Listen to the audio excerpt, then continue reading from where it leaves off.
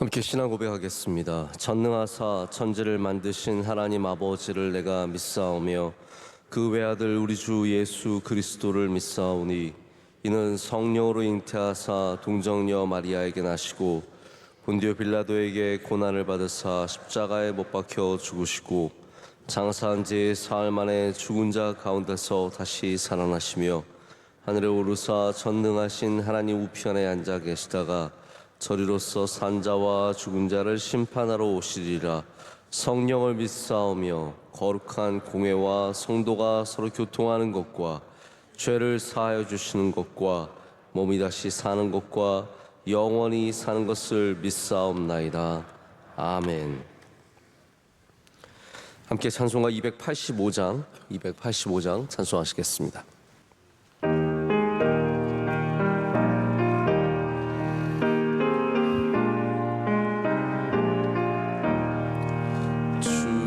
말씀 받은 그날 참 기쁘고 복되도다. 이 기쁜 맘 못 이겨서 온 세상에 전하노라. 기쁜 날 주 나의 죄 다 씻은 날 늘 깨어서 기도하고 늘 기쁘게 살아가리. 기쁜 날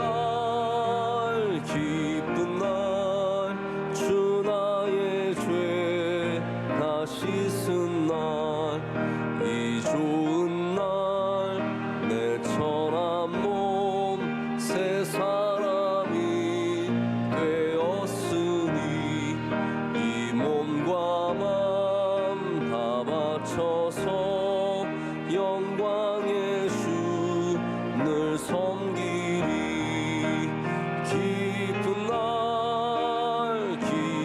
날 주 나의 죄 다 씻은 날 늘 깨어서 기도하고 늘 기쁘게 살아가리. 기쁜 날 주 나의 죄 다 씻은 날 새 사람 된 그날부터 평안한 맘 늘 있어서 이 복된 말 전하느니 나의 본분 삼았도다. 기쁜 날 주 나의 죄 다 씻은 날 늘 깨어서 기도하고 늘 기쁘게 살아가리. 기쁜 날 주 나의 죄 다 씻은 날. 아멘. 우리에게 주신 하나님의 말씀은 요한복음 21장 7절 말씀 한 절의 말씀입니다. 요한복음 21장 7절 한 절의 말씀만 보시겠습니다.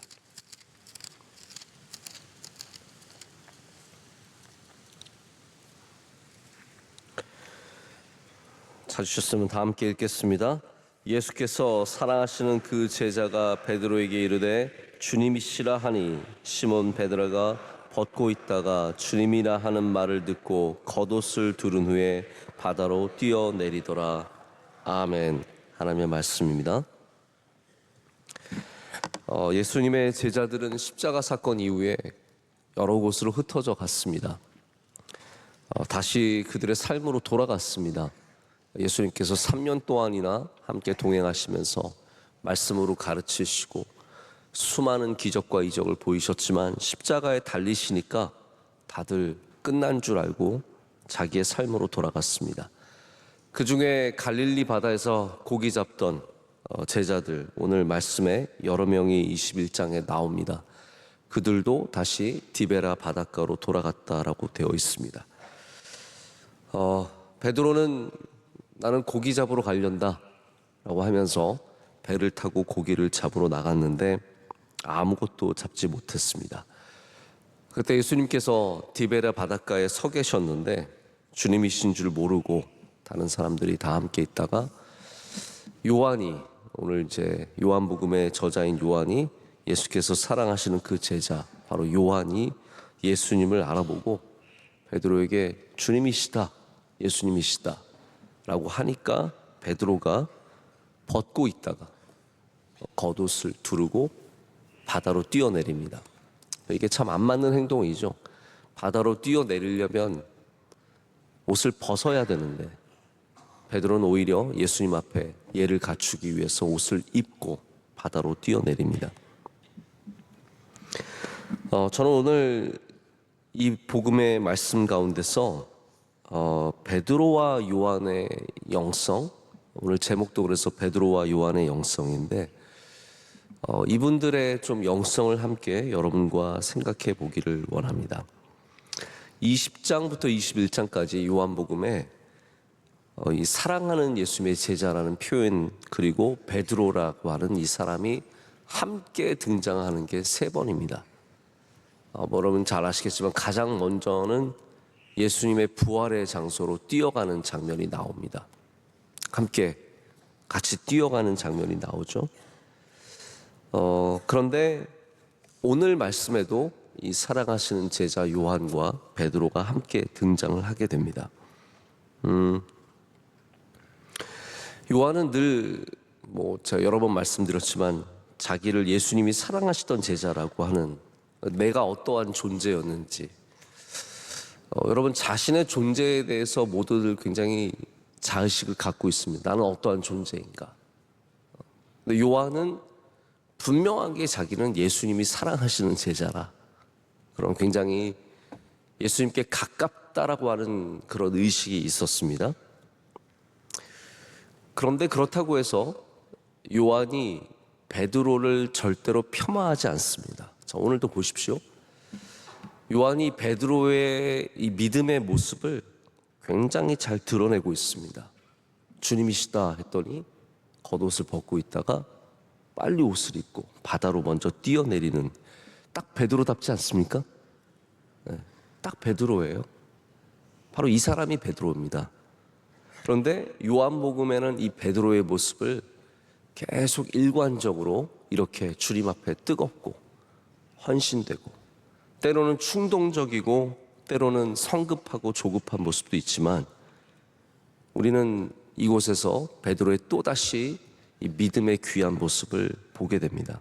그러니까 예수님이 사랑하시는 제자인 요한이 절대로 예수님의 수제자인 베드로를 폄하하거나 내가 사랑을 더 받아야 하는데, 내가 더 귀한 제자인데, 여러분 요한복음 쓰면서 충분히 그런 거 강조할 수도 있고 더 드러낼 수도 있었지만, 물론 성령께서 그렇게 못하게 하셨겠지만, 우리 말씀을 보면은 베드로를 특별히 21장 마지막 부분에 네가 나를 사랑하느냐, 이런 예수님과 회복의 장면을 통해서 베드로를 굉장히 높여주고 이 초대교회의 베드로의 권위를 세워주는 모습을 볼 수 있습니다.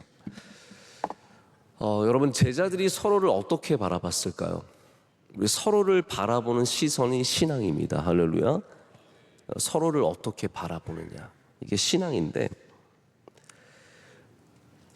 이렇게 가만히 제자들의 과거를 돌아보면 결코 그렇게 좋았다라고 말하기 쉽지 않습니다.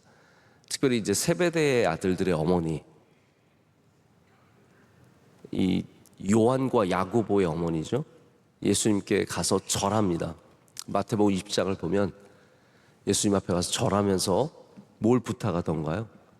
주님의 나라에 우리 하나들은 우편에, 하나들은 좌편에, 3명 있으면 큰일 날 뻔했습니다.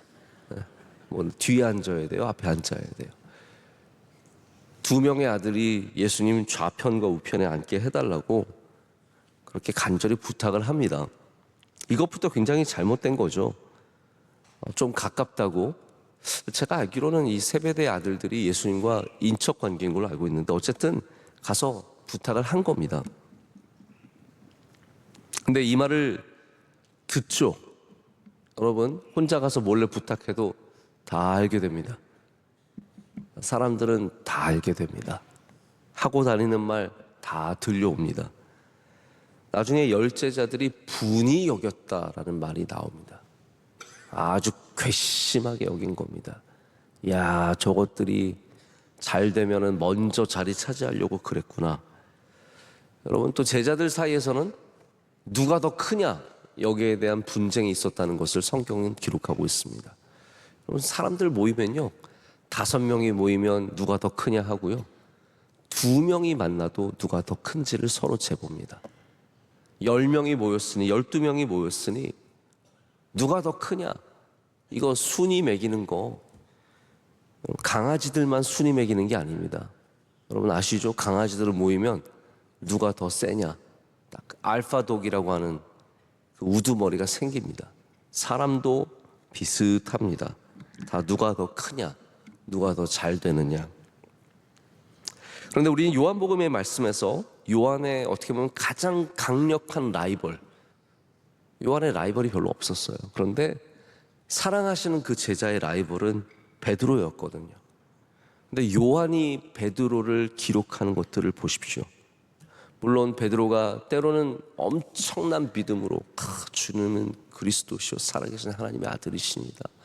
그리고 뭐 바다에 풍랑이 있는 바다에 막 뛰어내리고 그런 모습도 있지만 그 가운데 성급함과 미숙함이 있었고 또 그 가운데 또 가장 예수님의 가까운 곁에서 뭐 예수님 곁에 기대어 앉았더라 뭐 이런 거 다 요한이 기록하잖아요. 그 중요한 사람으로서 베드로를 어떻게 보는지 우리는 느낄 수 있습니다. 자, 여러분들은 주변의 사람들을 어떻게 보고 어떻게 느끼십니까? 우리는 때로는 질투심으로 보기도 합니다. 야, 저 사람 좋겠다. 저 사람은 누구와 가까워서 좋겠다. 딱 그거 아닙니까? 나보다 더 잘 나가니까 좋겠다. 때로는 내가 더 낫다라는 자부심으로 보기도 합니다. 야, 그래도 내가 쟤보단 낫지. 근데 제가 교인들 보고 저희 목회자들을 봐도요, 웬만하면 자기가 더 낫다고 생각합니다. 내가 그래도 더 낫지. 인물도요, 제가 보면 거기서 거긴데 내가 그래도 쟤보단 낫지 라고 생각을 합니다. 우리 대부분이 그렇습니다. 비교를 하면서 우리는 때로는 절망의 바닥으로 떨어지고 자랑의 꼭대기에 또 올라갑니다. 근데 여러분, 자랑의 꼭대기에 올라가면 반드시 또 떨어지게 되어 있습니다. 위와 아래를 왔다 갔다 하면서 힘들게 삽니다. 심지어는 교회들끼리도 우리 교회가 더 낫네. 아, 저 교회는 문제가 많아. 우리 교회가 훨씬 더 좋고 혹은 또 우리 교회는 왜 이래? 라는 그러한 절망과 자부심의 위아래를 왔다 갔다 합니다. 이게 제자들이 서로 누가 더 크냐라고 싸우는 것과 뭐가 다르겠습니까? 우리가 지금 그런 일을 할 때입니까? 주의 복음을 위해서 하나 되어야 하고 주의 복음을 전해야 되고 주님 주신 사명이 있는데 누가 조금 더 열심히 하면 어떻고 누가 좀 더 가까우면 어떻고 누가 좀 더 크면 어떻고 누가 조금 더 작으면 어떻습니까? 다 그 역할이 있는 거 아니겠습니까? 여러분, 이렇게 제자들이 누가 더 크냐라고 논쟁하고 있을 때 예수님께서 어린아이를 데려다가 보이시면서 말씀하셨어요. 너희들 중에 작은 자가 더 큰 자다. 예수님 보시기에도 안타까운 거예요. 내가 더 크다라고 하는 것도 문제지만 내가 작다라고 주눅드는 것도 문제입니다. 예수님께서 작은 자가 큰 자다라고 말씀하시지 않습니까? 여러분, 작다고 너무 낭망하지 마시고 조금 크다고. 여러분, 인간의 키가 10cm가 어마어마하게 차이가 있거든요. 저보다 10cm 큰 사람은 거인처럼 느껴져요. 근데 그거 사실 저는 작으니까 이런 말 할래요. 별거 아닙니다. 키 큰 거 별거 없습니다. 뭐 대단한 겁니까? 인생을 뭐 더 잘 삽니까? 어떻게 됩니까? 그러니까 내가 조금 크다고 난치하지 말고, 남자들은 키가 또 중요해요. 저는 굽이 없는 걸 주로 신고 다니거든요. 제가 요즘에 마음을 좀 바꾸고 있어. 나도 굽이 좀 있는 거 신고 다녀야 되나? 왜냐하면 은근히 굽이 있는 거 신고 다니시는 남자분들 많이 계시더라고요. 근데 여러분, 작다고 못하는 것이 아니고 크다고도 잘하는 것도 아닙니다. 마지막 수업이라고 하는 이어령 교수님 마지막 책 있죠. 이 인터뷰한 거를 이제 기록한 책인데, 이분이 인터뷰가 구어체로 쓰시지만 제가 좀 다르게 말씀을 드리겠습니다. 이분이 뭐라고 말씀하시냐면, enemy, 적은 안 된다는 거예요. 라이벌이 될지언정 적으로 삼지 말라는 겁니다. enemy는 좋지 않답니다. 근데 라이벌의 어원이 river라고 합니다. 강이래요, 강. 그래서 river에서 라이벌이 나왔다고 합니다. 강물을 두고 윗동네와 아랫동네가 있는데 서로 사이가 나쁘대요. 그런데 같은 물을 먹어야 돼요. 리버라고 하니 윗동네나 아랫동네나 같은 물을 먹어야 되는데, 이 물을 아랫동네가 기분 나쁘다고 해서 물을 말려버리면 같이 죽는 거죠. 윗동네 죽이려고 독을 풀면 같이 죽는 겁니다. 그래서 에네미는 상대방이 죽어야 내가 사는 거지만, 라이벌은 상대를 죽이면 자기도 죽는 거래요. 별로 공감이 안 되시나 봐요. 라이벌은 상대가 있어서 내가 잘 되는 게 라이벌입니다. 그래서 우리나라는 다 에네미예요. 제가 보면 우리나라는 진짜 다 에네미예요. 너 죽어라. 네가 죽어야 내가 산다. 만약에 요한이 베드로가 죽어야, 베드로가 안 돼야 내가 교회에서 권위를 갖고 내가 능력을 갖고 내가 주님께 더 가깝고 주님의 중요한 종이 되고 이랬다면, 요한복음에 베드로 엄청 깠을 수 있습니다. 그러나 요한은 베드로를 절대로 그렇게 바라보지 않았습니다. 어떤 죽어야 하는 에네미로 절대로 바라보지 않았다는 거죠. 그러면서 이어령 이제 교수님이 여기 하시는 말씀이, 작은 기업과 큰 기업과 벤처 기업이 서로 라이벌이라는 거예요. 벤처 기업은 모험 정신으로 하고, 중소기업은 그들이 갖고 있는 특별한 기술이 있고, 큰 기업들은 시스템이 있어서 서로가 서로에게 좋은 영향을 줄 수 있기 때문에 서로 라이벌로 건강하게 클 수 있는데, 우리나라는 다 에네미라는 거죠. 우리가 한강에서 물을 얻습니다. 여러분, 교회들 보십시오. 우리가 한 강, 한 물, 한 생수, 예수 그리스도에서 물을 먹지 않습니까? 우리가 한 강을 두고 다 서로 떨어져 있을 뿐이지, 우리는 이 모두 생명의 근원 되신 예수 그리스도는 똑같다라는 말이에요. 그런데 우리는 왜 이렇게 서로를 에네미처럼, 죽여야 하는 대상처럼 여기고, 큰 교회가 죽어야 작은 교회가 산다. 작은 교회는 가봤자 할 게 없다. 이게 서로에게 무슨 도움이 되겠습니까? 저는 교회는 숲이라고 생각합니다. 이 교회라고 하는 캐톨릭, 하나의 교회됨은 숲이에요. 이 숲에는 큰 나무도 있고 작은 나무도 있고, 꽃 피는 나무도 있고 열매 맺는 나무도 있고, 작은 숲도 있고 작은 수풀도 있고 큰 거목도 있고, 다양한 그게 모여서 건강한 숲을 이루는 겁니다. 할렐루야. 교회는 다양합니다. 저는 그래서 우리 목회자한테도 너무 한 형태의 소나무만 있는 숲을 만들려고 하지 말고, 당신 진짜 없는 꽃을 한번 피워봐라. 없는 나무가 되어보고 다양성을 이루어야 이 숲이 건강하게 살아가지, 어떻게 하나의 한 나무로 숲이 건강함을 이루겠냐라고 제가 자주 말을 합니다.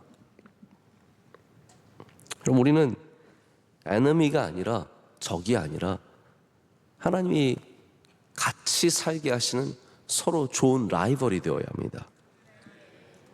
우리 경쟁 사회, 이 자본주의 사회가 갖고 있는 약자 도태, 강자 생존이라고 하는 너무 소비적인, 너무 희생적인 것들이 우리 마음에 많이 있는 것 같습니다.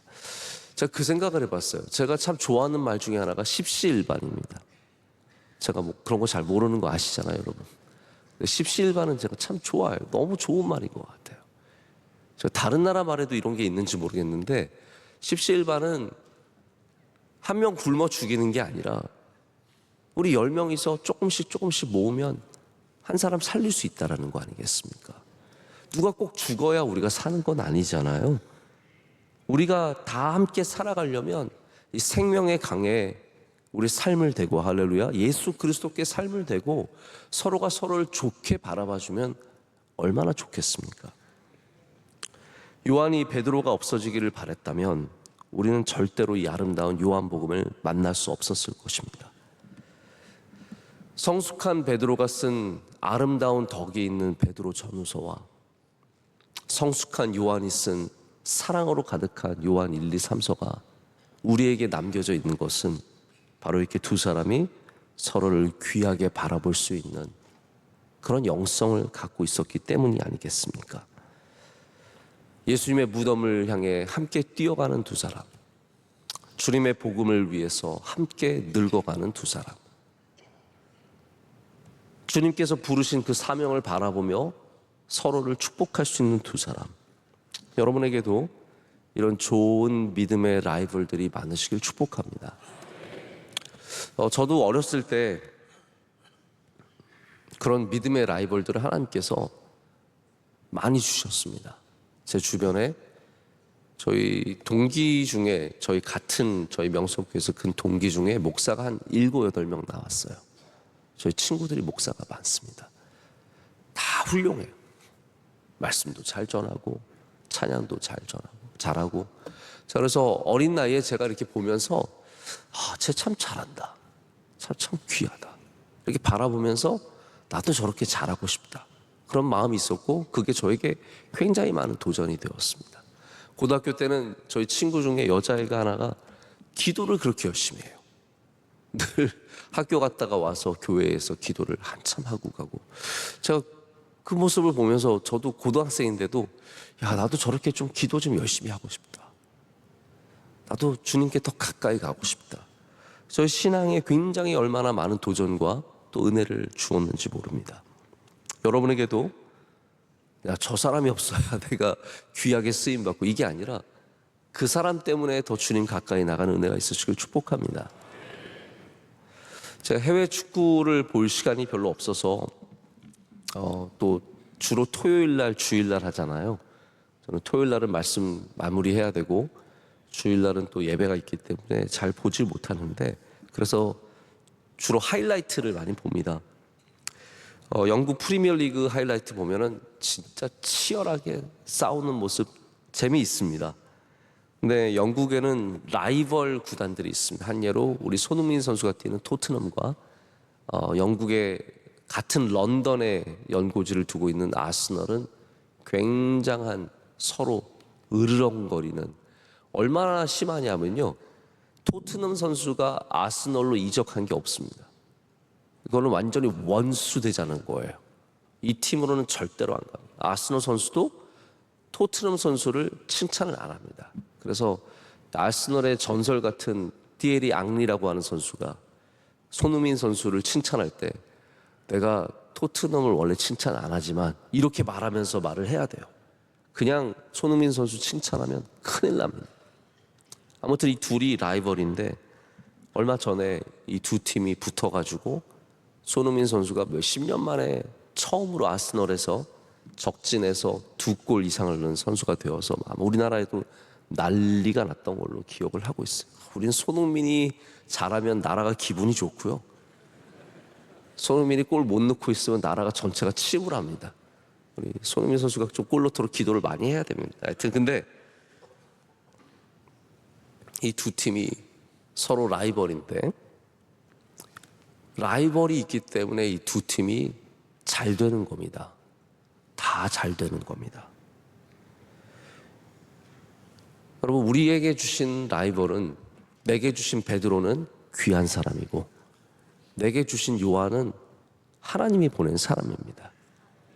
그거를 볼 수 있어야 영적인 눈을 가진 사람이고, 여러분 기업을 하면서 또 살아가면서 수많은 그러한 이 세상의 사람들 만날 텐데, 물론 대적도 있습니다. 우리를 망하게 하려는 사람, 우리를 죽이려고 하는 사람, 대적들도 있겠죠. 그러나 여러분이 영적인 눈을 뜨고 라이벌을 찾으신다면 우리는 그들과 함께 하나님의 나라를 더욱더 아름답게 귀하게 섬길 줄로 믿습니다. 특별히 우리 교회 안에서 여러분 함께 일하실 때 서로를 베드로와 요한이 바라보듯이 보시길 축복합니다. 그렇게 바라보신다면 우리 교회 안에서 영적인 거목들이 서로 죽이면 다 안 큽니다. 그러나 저는 바라기는 우리 명성교회 영적인 거목들이 가득한 숲이 되기를 간절히 소망합니다. 우리 그 삶을 위해서 더욱더 서로를 귀하게 바라보는 믿음 가져주시기를 축복합니다. 기도하겠습니다. 하나님 아버지, 감사합니다. 오늘 우리 베드로와 요한의 이야기를 통해서 예수님께서 우리를 바라보시는 눈을 생각하게 하시니 감사합니다. 하나님, 우리에게 주신 라이벌들을 통해서 더욱더 주님 가까이 나가게 하여 주시고 조금 더 성장할 수 있는 은혜를 내려 주시옵소서. 서로를 죽이려고 하지 말고, 하나님, 우리 이 땅은 얼마나 죽이려고 하는지요. 같은 교회들끼리도 서로 죽이려고 하는 마음들이 있습니다. 하나님, 불쌍히 여겨주시고 우리 교회가 그런 교회가 아니라 살리는 교회가 되게 하여 주시고 주님의 뜻을 이루는 교회가 되게 하여 주시옵소서. 하나님 아버지, 오늘도 주님의 귀한 성도들 이 새벽 예배를 지키고 있습니다. 우리 장로님들 앞선에서 새벽 예배를 붙잡고, 안수 집사님과 권사님들 수십 년간 새벽 예배를 지키며, 또 많은 젊은 가정들도 여기서 함께 새벽 예배를 지킵니다. 하나님, 이 새벽 예배가 더욱더 불일 듯이 일어나게 하여 주시옵소서. 우리 모든 교회의 구석구석까지 주님의 은혜가 가득하게 하여 주시옵고, 섬길 때마다 주님 기쁨과 감사가 넘쳐나게 하여 주시고 오직 주님의 영광만 나타나게 하여 주시옵소서. 하나님, 우리 교회가 어떤 교회가 되어야겠습니까? 좋은 교회 되게 하여 주시옵소서. 하나님, 기뻐하시는 교회 되게 하여 주시고 그 일에 우리 한마음이 되게 하여 주시옵소서. 또 우리 성도들의 삶을 주님께서 주의 장중에 붙잡아 주셔서 지혜와 명철을 허락하여 주시고 모든 하는 일들마다 주의 기름을 부어 주셔서 하나님께 주시는 야곱의 형통함과 요셉의 형통함이 있게 하여 주시옵소서. 오늘도 세상으로 나아갈 때 주님 우리와 동행하여 주시며 어디를 가든지 주님께서 함께하여 주셔서 승리하게 하여 주시옵소서. 모든 선교사님과 선교 사역 위에 은혜를 더하여 주시며 오늘 목사님 하나님 그 먼 여정 가운데 주님 동행하여 주셔서 아무런 어려움이 없도록 건강과 안녕을 지켜 보하여 주시옵소서. 오늘 기도하신 집사님의 기도를 기뻐 받아 주셔서 하나님께서 집사님과 가정 위에 한없는 복을 내려 주시옵고, 오늘도 새벽 예배를 섬기는 새벽 예배 위원회와 또 안내 봉사하시는 주님의 모든 여종들 위에도 은혜를 더하여 주시옵소서. 복된 날이 될 줄로 믿습니다. 오늘 시작하는 구역장 권찰교회교회 주님 크신 은혜를 내려 주시옵소서. 모든 것을 감사드리며 예수 그리스도의 이름으로 기도드립니다. 아멘. 하늘에 계신 우리 아버지여, 이름이 거룩히 여김을 받으시오며 나라의 마옵시며 뜻이 하늘에서 이루어진 것 같이 땅에서도 이루어지이다. 오늘날 우리에게 일용할 양식을 주시옵고 우리가 우리에게 죄 지은 자를 사하여 준 것 같이 우리의 죄를 사하여 주시옵고 우리를 시험에 들게 하지 마시옵고 다만 악에서 구하시옵소서. 대개 나라와 권세와 영광이 아버지께 영원히 싸움나이다. 아멘.